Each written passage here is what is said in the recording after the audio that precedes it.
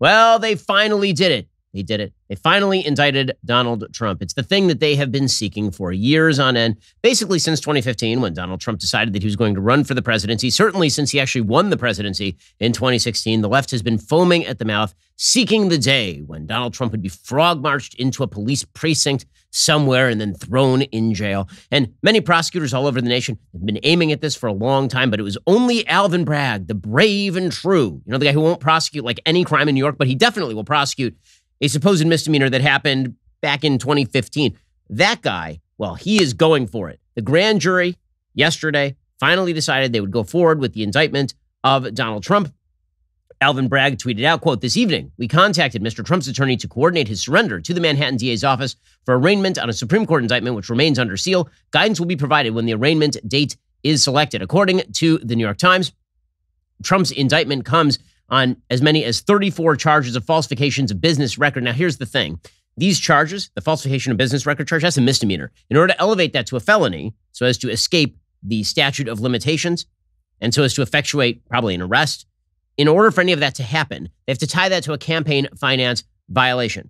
The campaign finance violation, as we've talked about before, is specifically the question as to whether Stormy Daniels was paid off by Donald Trump using his own personal funds rather than using campaign funds when it actually was a quote-unquote campaign expenditure. So the question is going to come down to whether Trump paid off Stormy Daniels because he would have paid her off at any time because he's for sure signed hush money payments before, or whether he was doing it as an election expense and then failing to properly bill that to his campaign, instead paying it via Michael Cohen. Now, Michael Cohen did go to jail on the basis of pleading guilty to something like that. But then Cyrus Vance, who was the DA in New York at the time, refused to elevate those charges against Trump. The feds refused to elevate campaign finance charges against Trump. Only Alvin Bragg, 7 years later, is now doing this, which is kind of absurd. The New York Times says Donald Trump was indicted in Manhattan on Thursday for his role in paying hush money to a porn star, according to 5 people with knowledge of the matter, a historic development that will shake up the 2024 presidential race and forever mark him as the nation's first former president to face criminal charges. Listen, the Democrats have now broken the glass.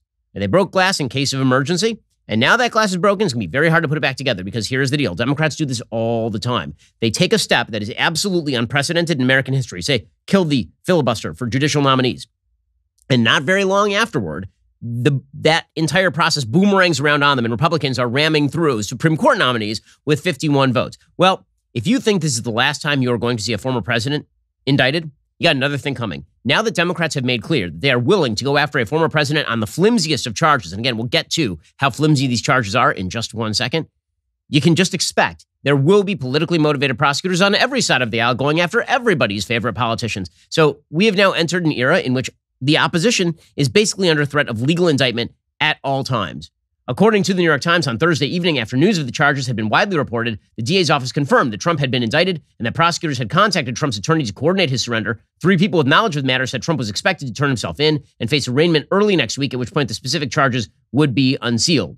Trump had for decades avoided criminal charges despite persistent scrutiny and repeated investigation, creating an aura of legal invincibility the indictment threatens to puncture. That's one way to put it in New York Times. The other way to put this is that this is a trumped-up charge and that they are going after Trump mainly because Alvin Bragg wanted to make a headline and because Democrats had to have their day. This whole situation just smacks of the Chekhov's gun idea. Right? There's this idea in theater, the playwright, Antonin Chekhov, that if you put a gun above the mantle in the first act, it must be used by the end of the second act. The looming threat of an indictment on Trump, that's been the gun above the mantle since 2015. It was going to be used somewhere in here. Trump himself put out a statement in response in which he called Bragg a disgrace. Trump's actual statement reads, "This is political persecution and election interference at the highest level in history. From the time I came down the golden escalator at Trump Tower, even before I was sworn in as your president of the United States, the radical left Democrats, the enemy of the hardworking men and women of this country, have been engaged in a witch hunt to destroy the Make America Great Again movement. You remember it just like I do. Russia, Russia, Russia, the Mueller hoax, Ukraine, Ukraine, Ukraine, impeachment hoax 1, impeachment hoax 2, the illegal and unconstitutional Mar-a-Lago raid, and now this. The Democrats have lied, cheated, and stolen in their obsession with trying to get Trump. But now they've done the unthinkable, indicting a completely innocent person in an act of blatant election interference. Never before in our nation's history has this been done. The Democrats have cheated countless times over the decades, including spying on my campaign, but weaponizing our justice system to punish a political opponent who just so happens to be a president of the United States and by far the leading Republican candidate for president has never happened before, ever, says Donald Trump in his statement. Manhattan DA Alvin Bragg, who was handpicked and funded by George Soros, is a disgrace. Rather than stop the unprecedented crime wave taking over New York City, he's doing Joe Biden's dirty work, ignoring the murders and burglaries and assaults he should be focused on. This is how Bragg spends his time. Again, this is all Donald Trump's statement. I believe this witch hunt will backfire massively on Joe Biden. The American people realize exactly what the radical left Democrats are doing here. Everyone can see it. So our movement and our party, united and strong, will first defeat Alvin Bragg, then we'll defeat Joe Biden. We're going to throw every last one of these crooked Democrats out of office so we can make America great again. So listen, it's a shot in the arm to Trump's campaign, just on a political level. We'll get to the politics of this after we get to the legality of all of this and what comes next in terms of procedure, because things are going to get very spicy very quickly now. First, we have to talk about Daily Wire's most trusted privacy partner and a premier sponsor of this show, ExpressVPN. Going online without ExpressVPN, it's a dumb idea. It's like using your smartphone without a protective case. Most of the time, totally fine. Then one time it drops out of your pocket and boom, you broke the screen. Don't do that sort of stuff when it comes to your internet data. That data belongs to you. The best way to protect all of that is by using ExpressVPN. ExpressVPN protects you from hackers, from big tech, from big government. They create a secure encrypted tunnel between your device and the internet so hackers can't steal your sensitive data. It would take a hacker with a supercomputer over 1 billion years to get past ExpressVPN's encryption. I use ExpressVPN on all my devices myself, phones, laptops, even Wi-Fi routers. It's really easy to use. Just fire up that app, you click one button. If you, like me, believe that your online activity is no one's business but your own, get the VPN I trust at expressvpn.com/Ben. Use my exclusive link, expressvpn.com/Ben. Get an extra 3 months for free. That's expressvpn.com/Ben. Again, expressvpn.com/Ben. Get an extra 3 months for free. Okay, so the next question is, what happens next? So apparently, Donald Trump is going to turn himself in. This has some ramifications, not only for Donald Trump's campaign, but also for the other campaigns, Ron DeSantis in particular. We'll get to that in a moment. First, he will be fingerprinted. He'll be photographed. He might even be handcuffed. Now, all of this for Trump's campaign, again, is a shot in the arm because the feeling that he has been viciously attacked for no reason other than they hate him is obviously going to boost him in the Republican primaries. Just politically speaking, that is absolutely what it's going to do. Trump, for political reasons, is going to want pictures of himself being victimized by Alvin Bragg's ridiculous prosecution here. And barring some sort of extraordinary change in the sealed charges from what we have seen before, it is a ridiculous legal case. Trump will almost certainly be accompanied at every step of the process by armed agents of the U.S. Secret Service. They are required by law to protect him at all times. It's a weird, unprecedented situation. There'll probably be some accommodations made for him. Most defendants who are arrested on felony charges are handcuffed, but it's unclear whether there will be some sort of exception made for Trump, particularly because, again, he's going to turn himself in and negotiate. His lawyers have already said he's not going to resist any sort of extradition or anything like that. The legality of the case itself is incredibly weak. Even Trump's most vicious enemies, people like Eli Mistal over at The Nation, even he says that this case is particularly weak. He suggests the odds the path to real justice, let alone prison time, runs through the Manhattan DA's office still seem very, very long. He points out that Michael Cohen, who's their key witness, initially lied to federal investigators. This makes him a not particularly good witness. The fact that the Southern District of New York has already looked at these charges and decided not to do anything. That the federal government looked at these charges and decided not to do anything. The fact that this is going to be a state of mind crime, really. How do you prove that Donald Trump paid off Stormy Daniels to keep quiet because of the election, as opposed to he paid her to keep quiet because he just wanted her to keep quiet? State of mind crimes are very difficult to prove. Intent crimes, particularly for Trump, are very, very difficult to prove. Again, Eli Mistal says so at The Nation. Very hard to think of somebody who hates Trump more than Eli Mistal, unless it's maybe David French. David French over at the New York Times says exactly the same thing. He says, most likely prosecutors will rely on an allegation of violating federal campaign finance law, specifically the claim that the hush money payments to Daniels were illegal campaign contributions. But this isn't a simple case to make. The prosecution might claim that state campaign finance laws apply to Trump and his payments violated New York law. But remember, we're talking about a presidential election. A federal statute expressly states relevant campaign finance laws supersede any state law. That is a formidable barrier to prosecuting Trump under state campaign finance laws. There's no obvious path around it. The claim that Trump violated federal law isn't necessarily frivolous, but his defense is really simple, which again is that the hush money payments had nothing to do with the election and everything to do instead with his desire to keep the story quiet. So is this prosecution actually going to succeed? Here's the thing. Because everyone knows that the prosecution is so weak, if it does, people are going to feel it's one of the great miscarriages of justice in modern American history. If Donald Trump ends up being convicted on charges this flimsy just because it's happening in New York where everybody hates his guts, can you imagine the political consequences for the country if that goes forward right now? Now, remember, this is only the first trial that Trump has on the docket. There may be others coming up. There's still something like 3 other open cases against Trump. There's a special counsel, Jack Smith, on the federal level, who's currently investigating whether he interfered with the peaceful transfer of power on January 6th. He's also investigating Trump's handling of classified documents. Both of those cases are still open. Again, I think both of those probably amount to nothing. But there's a Fulton County DA named Fani Willis, again, a Democrat, who's attempting to prosecute Trump on the basis that he tried to overturn the 2020 election in Georgia. So this may only be the first case against Donald Trump, obviously. So now we get to the political fallout. So again, in the primaries, there is no question this boosts Donald Trump because every Republican in the world is going to swing behind Trump. They're going to say what is true, which is that he's being unfairly targeted. And Trump, the victim, does really well among Republicans because there is the feeling, a correct feeling, that if Trump were not a Republican, he would not be getting this treatment. That if Trump were not standing in the way of a bunch of other people that the left desperately hates, he would not be getting this sort of treatment. So Trump is definitely going to get a boost from this. And here's the thing. I think Democrats know this. There's sort of an internal debate in conservative circles right now over whether Democrats are targeting Trump because they want to take him off the table for 2024 or whether they're targeting Trump because they actually want to elevate him in the primaries for 2024, knowing that if he wins the primaries, he will then lose the general election. This is the going theory in Democratic circles, the same theory they used in 2015, 2016. They could be totally wrong, by the way. They could elevate Trump and then Trump could win, right, which is their worst nightmare. But it is certainly plausible from their perspective that if they indict Trump and Trump is then elevated in the primaries, and let's say he wins the primaries, does that win any independent voters in a general election? Who voted against Donald Trump is now like, well, he was unfairly indicted. I'm going to vote for him this time. Very unlikely that you're going to swing a lot of voters in the sort of undecided category back toward Trump based on a flimsy indictment. Democrats seem to know this. I mean, they're coming out of the woodwork this week, Democrats, basically saying that they're hoping desperately for Donald Trump. Here's Joy Behar doing exactly that yesterday. DeSantis is what they call a dweeb. and Trump is the one who needs to get the nomination because then the Democrats will win. He's a two-time loser already. Hello? But he also loser. Again, Democrats want Trump. George Conway, right, who's made his money for the past several years ripping on Donald Trump, he's actively encouraging DeSantis not to run this cycle. This is before the indictment came down. Quote, it makes no sense for DeSantis to run this cycle. To beat Trump, DeSantis would have to go hammer and tong in a one-on-one race against him. DeSantis is incapable of that. And no matter what, Trump would try to destroy the GOP if it ever became clear he wouldn't get the nomination. The smart play for DeSantis is to fleece donors by pretending to run and pocket the cash for 2028 when he'll still be only 49 years old. So George Conway encouraging there to be no rivals to Trump. Or how about the Lincoln Project, which is attacking DeSantis? And the left would love nothing. They make all their money off of Trump. I mean, they get their base out because of Trump. And right now, if you look at the polling data, what the polling data shows is that in a general election campaign, DeSantis is the candidate who scores most favorably with independents. Latest Quinnipiac poll has has DeSantis up 13 points in the favorability ratings, 43% favorable, 30% unfavorable. Got Trump net negative 27, 32% favorable, 59% unfavorable.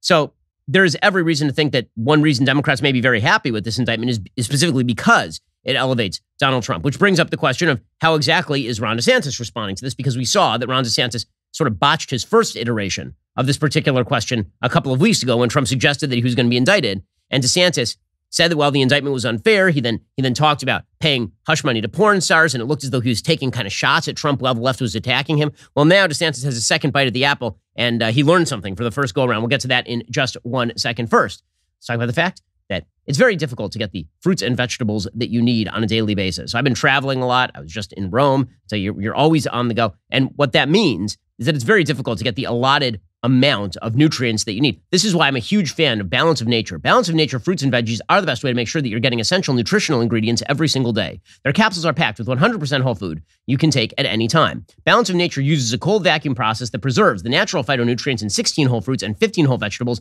and encapsulates them for easy consumption.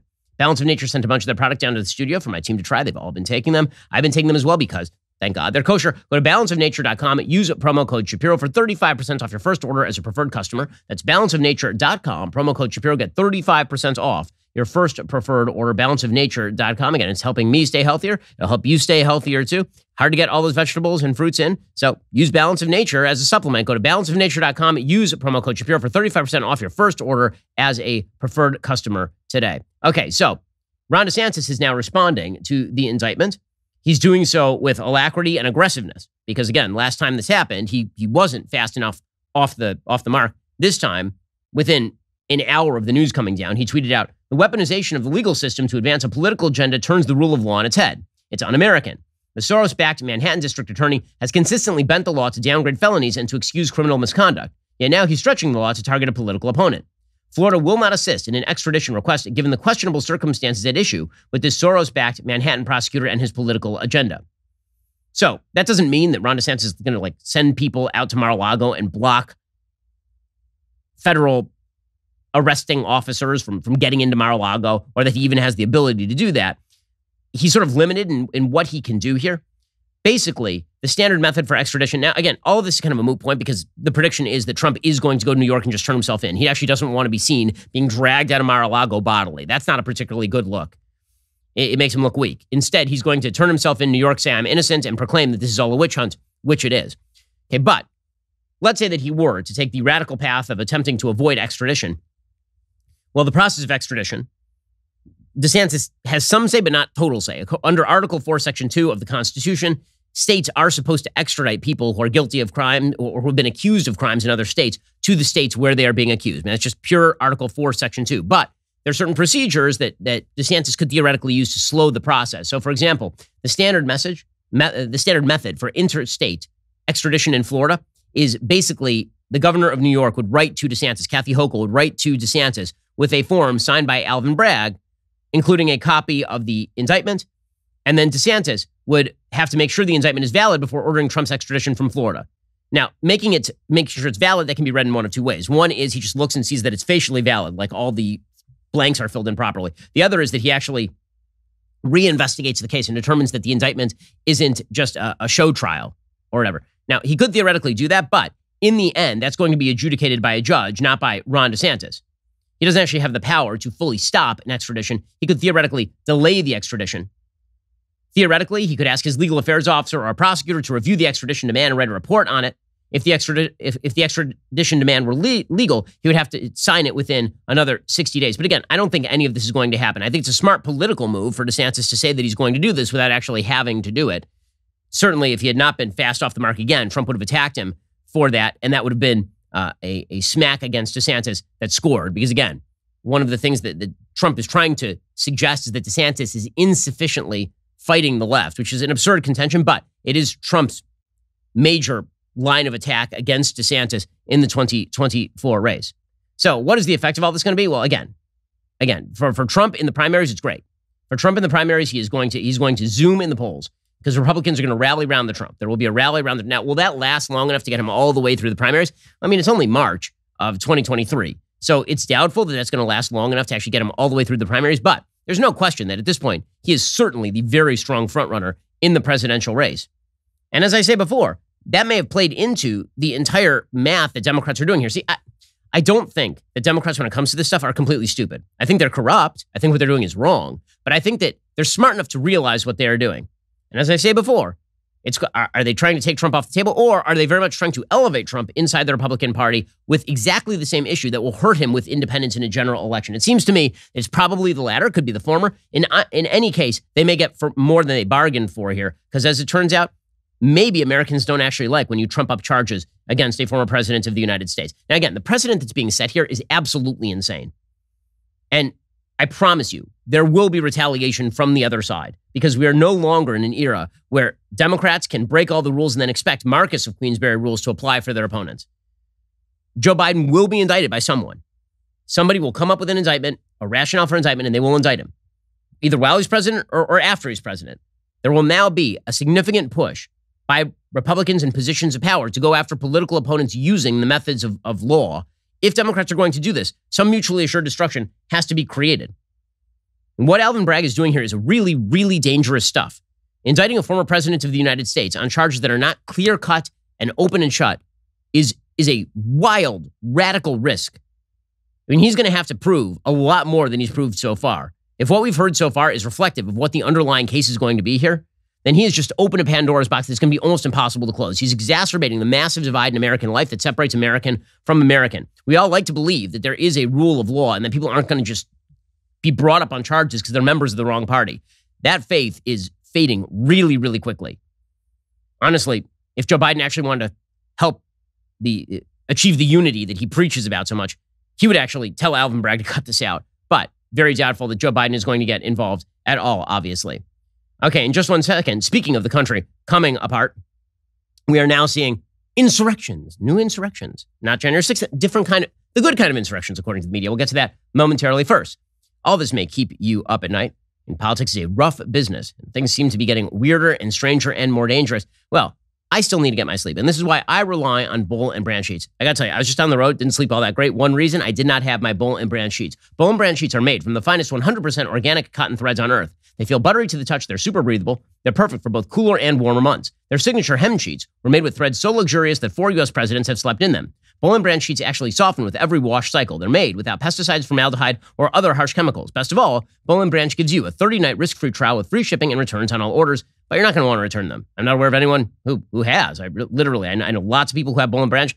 I've never heard any of them talk about returning it. Get a better night's sleep with Boll and Branch starting now. You get early access to their spring sale. Use code Shapiro for 20% off today at bollandbranch.com. Boll and Branch, BOLLAND, branch.com. Promo code Shapiro. Exclusions apply. See site for details. There's a reason that in the Shapiro household, we literally took all of our other sheets and threw them out. Boll and Branch is the best on the planet. Bollandbranch.com. Promo code Shapiro. Okay, so meanwhile, speaking of the country coming apart at the seams, in the aftermath of a trans man shooting up a bunch of Christian school children, the left has basically decided that the right is the problem.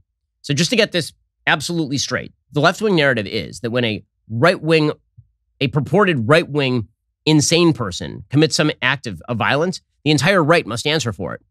And also, when a nutty left-wing transgender person shoots up a bunch of Christian school children, the right must also answer for it. Amazing how the right must always answer for whatever is bad that happens in the world, almost as though the media is just basically a democratic outlet. Well, this has come out in two forms. Form number one is in the gun control arena, and form number two is in the trans arena. So when it comes to gun control, the left has been promoting the idea that the right is intransigent on gun control, and that's why kids are being shot. This materialized in the halls of Congress the other day when Jamal Bowman, Democrat of New York, got into it with Thomas Massie of Kentucky. Bowman looks like a crazed nut job here. They're freaking cowards. They're gutless. They're not here.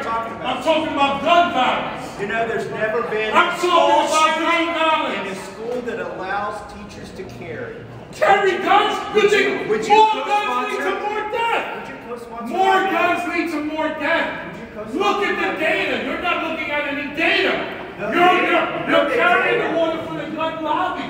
Look at the data. More guns lead to more deaths. States that have open carry laws have more death. States that have open carry laws have more death. Are you listening to what I'm saying? Calm down. Children are dying. And because children, okay, the louder you yell, the better your point is, according to Jamal Bowman. So this is the predicate. You have to understand that for the left, the actual arguments don't matter. It's the loudness with which you make them that matters. And you're allowed to be as crazed and loud and insane as you want to be. If a Republican protest in favor of Donald Trump on January 6th runs out of control and some people riot and trespass in the Capitol and get violent with folks, that's an insurrection that almost overthrew democracy. If, however, leftists storm the Tennessee Capitol demanding gun control, that's just people who are a little bit overly enthusiastic. In fact, you can't even say they're overly enthusiastic. They're just concerned about gun violence. That's what we learned yesterday when a bunch of leftists rushed into the Tennessee State Capitol building in Nashville. It's Thursday morning. About 400 people broke into the Capitol building. We have footage of them outside the Capitol building amassing themselves. And you can see them, large crowd. And they are trying to bash through the doors. As you'll see, they actually did get inside. And in the next tape, you'll see them actually jostling with police officers on the inside of the building. There we go. You can see people getting physical with police officers. The police officers are trying to create some sort of physical barricade here so that the various state legislators in Tennessee could be rushed to the bathroom for safekeeping. This, of course, is not insurrectionary or dangerous in any way. This is just people who are peaceful and fun-loving, doing the things that really matter. And then they actually got into the state capitol hall itself. They actually got into the center of the Capitol building where they proceeded to grab the microphone and yell at people.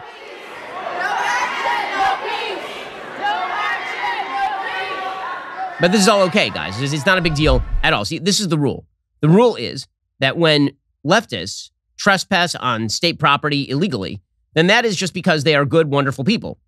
If right-wingers do it, it's an insurrection that threatens the very core of our democracy. That's the way that this works. This goes, by the way, all the way back to 2011. You remember that Wisconsin saw teachers union activists who broke into, like criminals, they broke into the Wisconsin Capitol building, occupied the Wisconsin Capitol building, took up all of the places around the, were screaming, shouting, doing damage. Remember all this. This is, by the way, at the same time, the Democratic legislators in Wisconsin were fleeing the state to try to deny a quorum. So a pretty simple measure to break some union power in the state. This was okay. Right? This is the way that it works. When Democrats do it, it's fine. And that's always the rule. When Democrats do it, it's fine. Meanwhile, you have the entire media that has rallied around the idea that Tennessee Republicans are to blame. When a trans person shoots up a bunch of Christian school kids, Tennessee Republicans are to blame. So you have the Wall Street Journal with a piece titled, "Tennessee Republicans Face Pressure After Nashville School Shooting." Oh, it's the Republicans who are facing pressure, naturally. It's not Democrats. It's not people who promote a perverse ideology suggesting that boys can be girls. None of that. No. It's the Republicans, of course. Or perhaps it is the New York Times saying, after mass shootings, Republicans expand access to guns. Right? Because, of course, the problem is the guns. It's not the problem of disturbed people, an increasing number of disturbed people, as we talked about yesterday on the show. It's none of that. Now, the real problem is that there are too many guns, and Republicans are complicit in that. Or perhaps Maggie Haberman over at the New York Times reporting DeSantis to visit gun store on book tour days after Nashville shooting. Dems call it beyond the pale. It's now beyond the pale for you to even be in the remote proximity of guns because somebody got shot. That is the way that all of this works, according to the left. So you're allowed to take over government buildings. You're allowed to do whatever you want. You're on the left, after all. And Republicans are the ones who are truly to blame. Meanwhile, in the second kind of line of narrative here is even more perverse than the gun control line of narrative. The gun control narrative is ridiculous in the sense that this person legally obtained the guns. I'm unaware what law would be passed that would have prevented this person from obtaining the guns. But that takes us to our second narrative. The second narrative is that the true victims, the real reason this happened, the real reason a trans man shot up a bunch of Christian school kids is because right-wingers are intolerant bigots. And so the real victim here is not the Christian school kids who got murdered. Those are not the Christian school teachers who got murdered. The administrators. No, none of those people are the real victims. The real victim is the shooter and people like the shooter. That is the narrative the media are drawing today. And it's vile. I mean, I'm not sure that I've ever seen the media turn this much in favor of sympathetic stories about a shooter this quickly. And you've seen it before. I mean, you saw Rolling Stone featured the Boston bomber at one point on their cover, but it's pretty rare. They don't do it all that often. And so now you have the media rushing out to declare solidarity with the trans community and the administration, by the way. So Karine Jean-Pierre, in what is the clip of the day, Karine Jean-Pierre from the White House press secretary podium, she says we have to be careful. We have to be real careful. A bunch of school kids got shot in a Christian school. You know who's under attack? The trans community, says Karine Jean-Pierre. And one of the things that we saw during the midterm elections is that people don't want their freedoms to be taken. They want us to fight for their freedoms. And so it is shameful, it is disturbing, and our hearts go out to the trans community as they are under attack right now.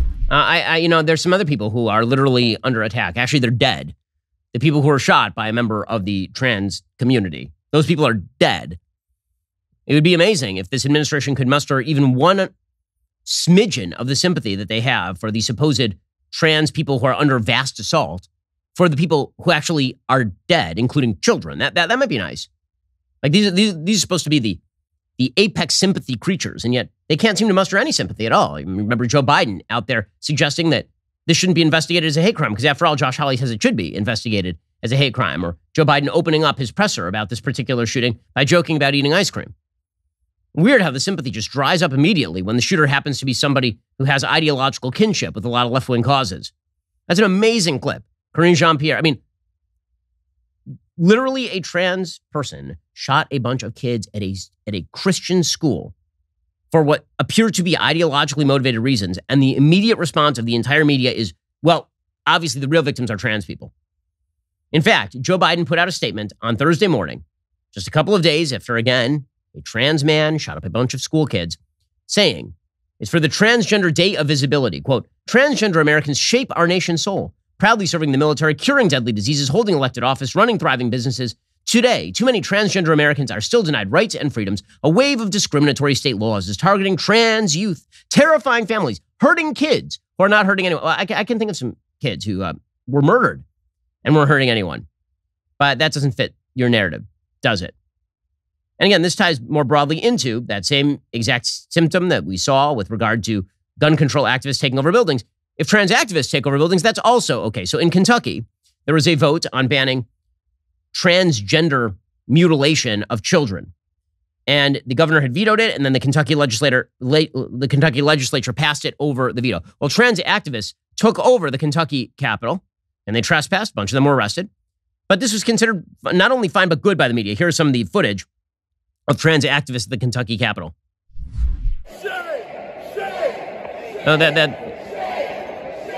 That is a dude wearing trans colors and giant horns and looking for all the world sort of like QAnon shaman, but as a hero because, after all, the trans activists in Kentucky then performed a die-in. A die-in is where you lie on the ground, you pretend that you're dead. You want to talk about folks who are absolutely shameless. This would be it. After kids are killed by a trans person for what appear to be political reasons, you are going to do a die-in as though you are under the threat of death from a legislature that just says that you're not allowed to mutilate children. Amazing stuff. The media, of course, buy into this. Benjamin Ryan, who again is the same NBC News pseudo-journalist, and this is the person who's had a raging desire, shall we say, to go after the Daily Wire because of our conservatism. He tried to blame the Daily Wire again for this Nashville shooting, saying, quote, "Nashville is home to the Daily Wire, where Ben Shapiro and Matt Walsh have led an ideological war against trans people." Ideological war against trans people? No, ideological war against a perverse radical gender ideology that says boys can be girls and that kids must be taught this. Their colleague, Michael Knowles, called for transgenderism to be eradicated. This is the larger social context in which the Nashville shooting occurred. Oh, well, I guess the threat is, so the threat always was with trans people. The threat, we were told, is that if you don't give them what they want, they will commit suicide. If you don't give them what they want, then they'll kill themselves. You have to just pretend that they're members of the opposite sex. Now, I guess the threat has expanded such that if you don't give them what they want, they will commit homicide. And so therefore, you have to actually just give them what they want. The Washington Post is doing the same exact routine, by the way. And the Washington Post put out a headline stating, "Nashville shooting exploited by right to escalate anti-trans rhetoric." The pouncing. The pouncing has happened. Quote, "The attempts on the right to connect violence to transgender people come even though transgender people are rarely the perpetrators of mass shootings, which are overwhelmingly carried out by cisgender men, according to criminal justice experts." There is a thing called per capita. I'm going to do a per capita examination. There have been 4 mass shootings carried out by people who are gender non-binary or trans in the last couple of years alone, and there are very few gender non-binary or trans people. Per capita might be something worth exploring. What also might be worth exploring is whether you, in fact, are participating in the radicalizing of individuals by claiming that they are under genocidal threat when people simply say that boys are boys and girls are girls. This sort of media narrative was also put forward by MSNBC. So Charlotte Clymer, who is a man who believes that he is a woman, was speaking on MSNBC. What matters here is not just what Charlotte Clymer is saying. What matters here is the chyron. Transgender Americans under siege. Not Christian school kids who are dead. Transgender Americans under siege. But Charlotte Clymer has some words about God and such. Children are only unsafe at drag shows when a shooter shows up to kill them. That's right. That's where the threat is. I would challenge anyone just to get to know trans people. We are a vibrant, diverse community, as diverse as anyone else. I'm from the great state of Texas. I served in the military. I go to church. Transgender shooting suspects sparked outrage on the right. Is that chyron? But God made me in her image. God made me transgender. And to see these people so cynically weaponize this and exploit these children's deaths and their teachers' deaths, it breaks my heart. I wonder what those families are thinking right now. My guess is that what some of those families are probably thinking is it's really screwed up that people like Charlotte Clymer are going on national TV and defending an agenda to push lies about gender to small children in order to, make some sort of excuse for what happened in Nashville? This is a very dangerous game. But of course, the media are fully perpetuating this game because they agree with the agenda. Agenda uber alles for the media. Everything has to be fit into the narrative. And that narrative is increasingly centered on the idea that children they should be subjected to the idea of radical gender ideology, and anyone who stands in the way of that is perpetuating both suicide and now apparently homicide. We'll get to more on this in just 1 second. First, let's talk about the fact that everyone who is responsible, who has dependents, needs life insurance. It's just that simple. A good life insurance plan gives you peace of mind if something, God forbid, happens to you. Your family will have a safety net to cover mortgage payments, college costs, or other expenses. And, having life insurance through your work, it may not cut it because Frankly, if you leave your job, it doesn't follow you. You might not be able to get enough through your job. Policy Genius makes it easy to compare life insurance quotes from top companies and find your lowest price. With Policy Genius, you can find life insurance policies that start at just $25 per month for $1 million in coverage. Some options offer coverage in as little as a week and avoid unnecessary medical exams. Policy Genius's licensed agents work for you, not the insurance companies. That means they don't have an incentive to recommend one insurer over another, so you can trust their guidance. There are no added fees. Your personal information remains private. Your loved ones deserve a financial safety net, and you deserve a smarter way to find and buy it. Head over to policygenius.com/Shapiro or click the link in the description. Get your free life insurance quotes. See how much you could save. That's policygenius.com/Shapiro. Again, policygenius.com/Shapiro. Every person who is responsible should have a life insurance policy. Be responsible. Go to policygenius.com/Shapiro. Also, folks, not many things can get me excited to visit the sad wreckage of what has become present-day New York City, but I got to chat with my old friend Megyn Kelly, and that was certainly exciting and fun. We just filmed the latest episode for season 2 of my show, The Search, available to stream right now. It was fantastic to catch up with Megyn. We talked about fame, making friends, and of course, the culture wars. Here's a sneak peek of our conversation. When you first get married and your spouse is sick, you're like, oh my God, I'll take care of you. I feel so bad for you. Now, when you have kids and obligations, you're like, why do you get to be sick? I need your wife here right now because every woman out there knows that the man flu is way, way worse than the woman flu ever is. In fact, there's no accident. I did not get the flu because the guys get all the illnesses and the mothers are not allowed. We have to build up our immunities before we get married and have children. Otherwise, the whole family collapses.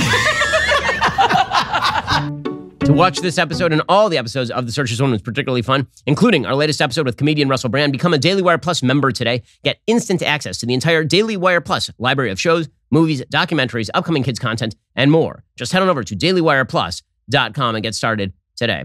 Okay, meanwhile, the propagandistic crusade on behalf of the transgender agenda continues apace. It is amazing, again, to see what sort of behavior is excused as okay, considering that it's coming from the sort of trans community and which behavior is considered not okay. So, for example, you're allowed to basically imply violence as much as you want, so long as you're a member of the victimized community. Here is a trans activist gushing over a book in which J.K. Rowling dies and saying, well, I wish it had only been more gruesome. And people like J.K. Rowling need to stop because my people are dying because of her. She is killing us. Oh, but there's one more good thing about this book. J.K. Rowling dies. Yeah, Gretchen had the nerve to kill off the queen of the TERFs, and it is glorious. I only wish that scene could have been even more brutal. That seems like an angry and unpleasant man right there. Meanwhile, our nation's biggest corporations have decided to weigh in favor of this wild left-wing propagandistic effort. So Kate Spade, New York, has a brand new spokesperson. Wait for it. It's Dylan Mulvaney. Yeah, you excited? And it's exciting.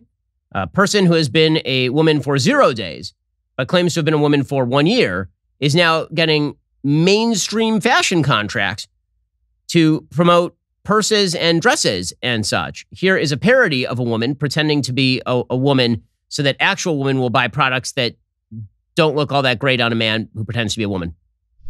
It all started with the first day of spring. I am at Kate Spade, New York to find the perfect spring outfit. Let's go! Kate Spade, New York is a staple in my wardrobe, and I think I absolutely need to have this as my spring bag. The mini bags are in. They're in. Let's go.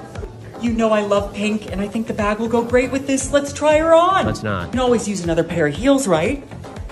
Here's the full fit check. I love a puffy sleeve, and I added some jewelry because more is always more. And honestly, I think I'm gonna wear this out of the store. So happy spring. I love ya. I love you, Kate Spade, New York. You remember that line in As Good as It Gets where Jack Nicholson says that the way that he writes women is he just writes a man without reason or accountability?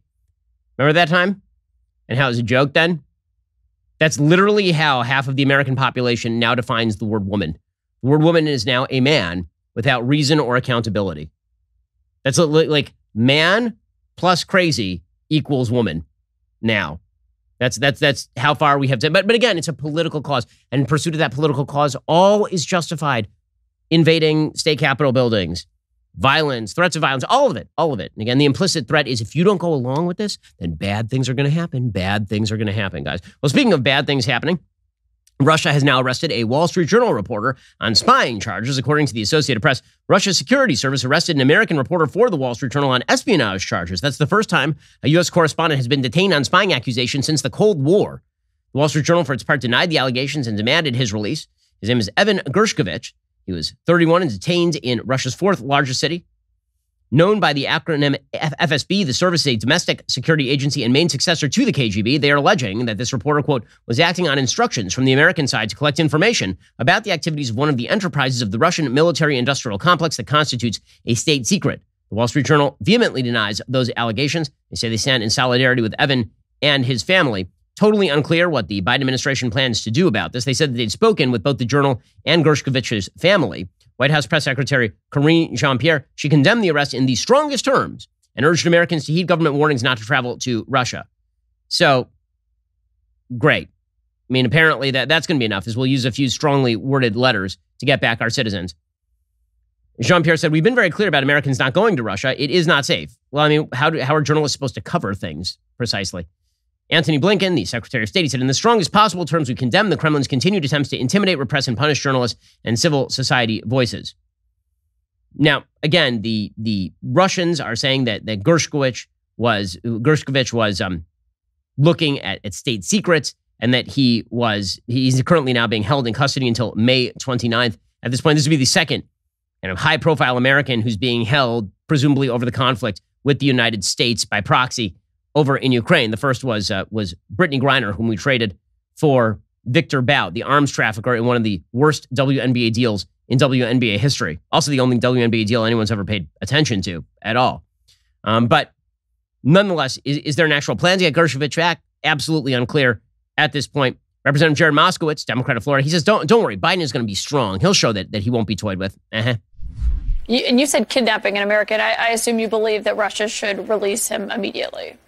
Immediately. I mean, the problem is that, they're now going to use him as leverage. And so it's not going to be that simple, unfortunately. But obviously, this is not the game that Putin should be playing.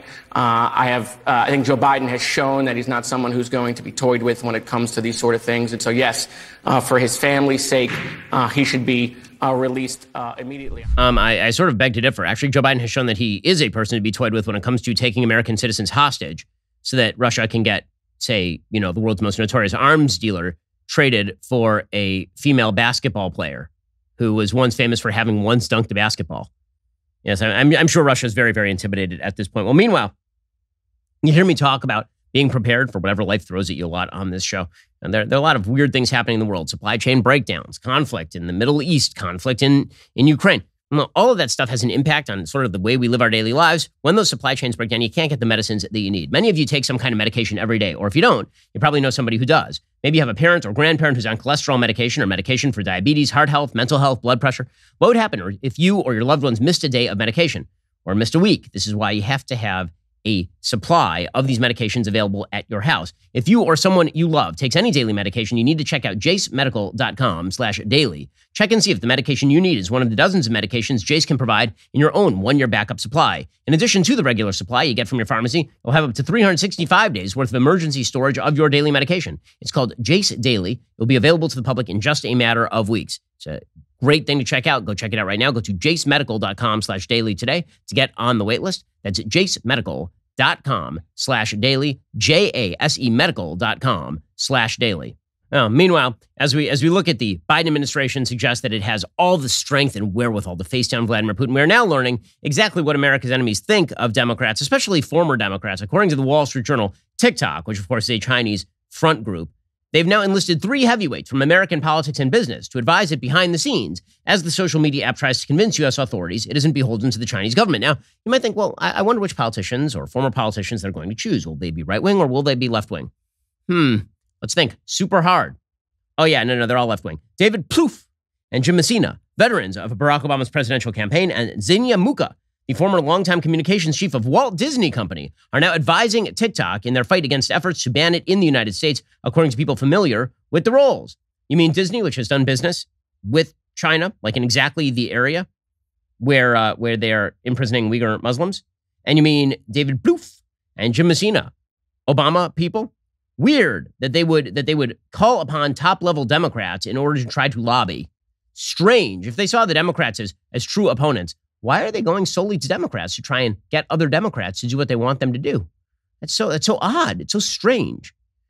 Speaking of which, Democrats on the Hill are the ones who are really pushing something called the Restrict Act. There are a couple of different versions of a bill that would ban TikTok in the United States. The more ridiculous version is the so-called Restrict Act. According to Reason.com, the Restrict Act carries the possibility that it would actually criminalize people using a VPN to access stuff that has been banned.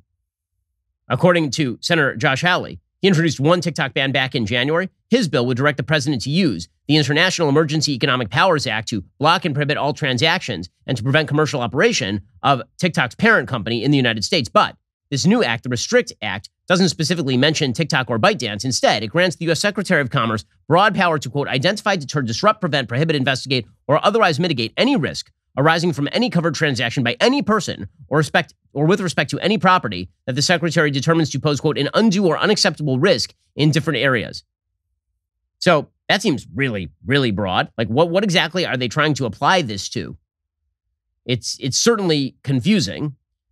It also seems like it could theoretically be read to imply that a person using a VPN to access an app controlled by a foreign adversary might be subject to criminal penalty. So leave it to Congress to screw this thing up. Rand Paul, a senator from Kentucky, he says this act violates the First Amendment. There are two main reasons why we might not want to do this. The one would be the First Amendment to the Constitution. Speech is protected whether you like it or not. The second reason would be is that the Constitution actually prohibits bills of attainder. You're not allowed to have a specific bill against a person or a company. So this fails on two egregious points, pretty obvious points, and I think we ought to think about that. I think we should beware of those who peddle fear. I think we should beware of those who use fear to coax Americans to relinquish our liberties, to regulate and limit our First Amendment rights. Every accusation of data gathering that's been attributed to TikTok could also be attributed to domestic big tech companies. Well, I mean, he's right about that, except for the fact that TikTok is, of course, a Chinese front group. But with that said, you got to draw these bills very, very, very narrowly. It doesn't look like the Restrict Act is drawn nearly as it ought to be. Okay, time for some things I like and then some things that I hate. So things that I like. This is kind of a hilarious story. So there's a person named Avi Silverberg. He's the head coach for Team Canada Powerlifting since 2012. He's competed 3 times in the world bench press. He won a bronze medal in 2010. And apparently he shattered the women's bench press record by mocking the Canadian Powerlifting Union's rules that permit biological men to compete as females. So it would be mocking it, except for the fact that the current record is held by a transgender woman, meaning a man. The last record was set by transgender powerlifter Ann Andrus, who's recognized as a female on the Open Powerlifting ranking site. Andrew said, why is women's bench so bad? I mean, not compared to me. We all know I'm a tranny freak, so that doesn't count. I mean, standard bench and powerlifting competition is for women. I literally don't understand why it's so bad. Well, I mean, maybe it's because men have completely different body construction. Maybe it's because of that and lots more testosterone, different muscle composition. Silverberg bench pressed 501 pounds back in 2016 under raw rules that required an approved weight belt, approved singlet, approved wrist straps, and chalk. But apparently, this he's allowed to use even more stuff here. So he said, I am a woman. And then he came in and he broke the record left by the last transgender weightlifter, which is hysterically funny. I mean, like, good. No different from when our friend Zuby decided that he was going to become a woman for a day and break every single record at the local gym that had been set by a woman. These are the wages of the stupidity that we have now embraced. Other things that I like. So my friend Chaya Raichik, libs of TikTok, she has been unjustly accused by fools like Alexandria Ocasio-Cortez of facilitating violence against, for example, Boston Children's Hospital for pointing out that Boston Children's Hospital literally told her on the phone that they were performing trans surgeries on minors. And so she confronted, she tried to file an ethics complaint against AOC and tried to confront her on it. She went to her office. AOC had kind of run away from there. And then she actually ended up meeting her. And here's how that went. I attempted to ask AOC why she lied about me in a committee hearing. She cowered away. She refused to talk to me. So I'm back here today, 1 week later, and I'm going to deliver her an ethics complaint that I filed for lying about an American citizen in a committee hearing, together with Mike from the Heritage Foundation Oversight. He helped me file this ethics complaint, so we filed that. And if you can give it to AOC, I would really appreciate it. Thank you. And tell her to stop lying about American citizens. Right, have a good one. Okay. Thank you. I just dropped off an ethics complaint at AOC's office, and unfortunately she wasn't there. So we left, and then I was walking through the Capitol, and guess who I bumped into? AOC herself. I just delivered an ethics complaint to your office because you lied about me in a committee hearing. Oh, hi. Yeah, No, so actually, I never inspired a bump for No, you're anything. actually super transphobic, and I never want to share space with you. Thank you. You're super transphobic. Big hand motions. Let's do this thing. Again, Chai is a very pleasant person. And Chai's like, I delivered an ethics complaint to you. And she's like, oh, well, you're transphobic. Bye. I will catch you laters. Out for AOC. Well, you shouldn't lie about people. It's just a bad thing to do, AOC. And so you deserve whatever is the effect of that ethics complaint. Okay, time for a couple of things that I hate. 60 Minutes, apparently, is now featuring, this is 60 Minutes Australia, is now featuring parents who have decided to completely botch what it means to be a parent by not raising their children with regard to gender. So they are now raising them as what they call babies.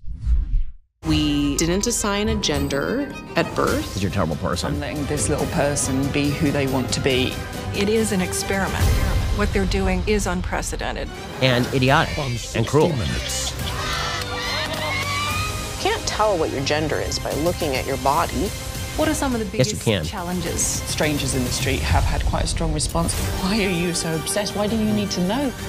We're not trying to eliminate gender. It's really helping kids find their own path to it. Oh, so giving them no guidance whatsoever, giving them no rules and no restrictions and no actual civilizing influences, it'll be great. It'll work out fantastic. Yeah, this is a great way to completely screw up your kids emotionally and mentally. And there will be no long-term studies done on these kids for another 15, 20 years. And I guarantee you, 100% certainty, put it on the record right now, the kids who are raised this way will end up a lot more screwed up than the comparison group. Because they always do. Because that, in fact, is the goal. It's about the parents feeling good about themselves so they can get on 60 Minutes. You wouldn't be on 60 Minutes if you're just raising your kid, who is a boy, as a boy. You only get on 60 Minutes if you do something stupid, like say, I'm going to raise my kid genderless. It's so vile. But unfortunately, it's not restricted to Australia. In the Netherlands, they've gone even further. Apparently, this is an actual thing that is happening on the TVs in the Netherlands. There's a show in which a bunch of adults ungarb in front of children to demonstrate what a trans body looks like. This person says, today our guests are transgenders. These are a bunch of people getting naked. And yes, that feeling can simply be a feeling, but you can also do something about it. For example, I had surgery. The girl says, at first you think, huh? But later you realize it's actually pretty normal. It's actually really normal, says another kid. It's not just male and female. There's an entire spectrum of genders besides male and female.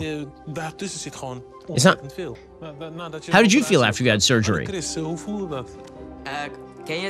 you know the word euphoric? No, says the kid. Euphoric means really happy, extremely happy. I woke up, I knew that my breasts were gone, that I looked like I'd always wanted it to look. It finally matched the way I feel inside, and that made me feel ecstatic. So it feels a bit like flying? Yes. You simply feel intense happiness. I want that too, says the kid. So indoctrinating kids in life-ending insanity. That's great. Slow clap for our Western civilization. We are the same civilization that brought you Bach, Beethoven, Brahms, the Sistine Chapel, Augustine, great works of Western literature, the Enlightenment, and capitalism, is now bringing you, let's teach small children that men can be women and get adults naked in front of them in order to make that happen. These folks are, don't worry, they're not coming for the kids. What's the effect, guys? Why are you so mad? Why are you so upset? After all, this is all just open-mindedness. This isn't damaging kids at all. Alrighty, guys, the rest of the show is continuing right now. You're not going to want to miss it. We'll be getting into the mailbag, but to have your question answered, you have to be a member. So become a member, use code Shapiro at checkout for 2 months free on all annual plans. Click that link in the description and join us.